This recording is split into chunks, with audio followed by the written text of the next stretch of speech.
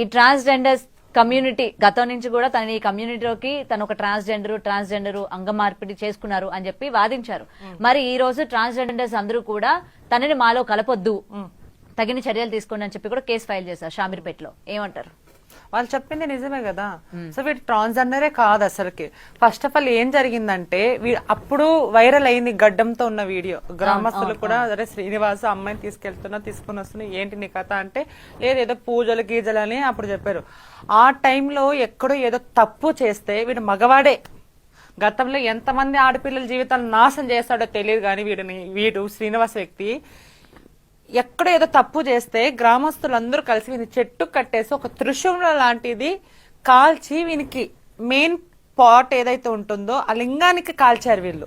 ఆ గ్రామస్తులు తప్పు చేసింటే అది ఆ తర్వాత ఇంకా అది సగం కాలిపోయి అంతా కడుపంతా స్ట్రక్ అయిపోయి ఎక్కడక్కడ ఇది అయిపోయిన తర్వాత ఏం చేయాలి తెలియక ఈ శ్రీనివాస్ అనే వ్యక్తి ఎవరో ఒక ట్రాన్స్జెండర్ సలహా తీసుకొని పోయి ఇండోర్ పోయి అంటే పూర్తిగా డ్యామేజ్ అయిపోయింది. అంటే సంసారానికి పనికి రాకుండా పోయినాడని చెప్పుకోవచ్చు మనం. ఇండోర్ పోయి ఆడ సర్జరీ చేయించుకున్నాడు.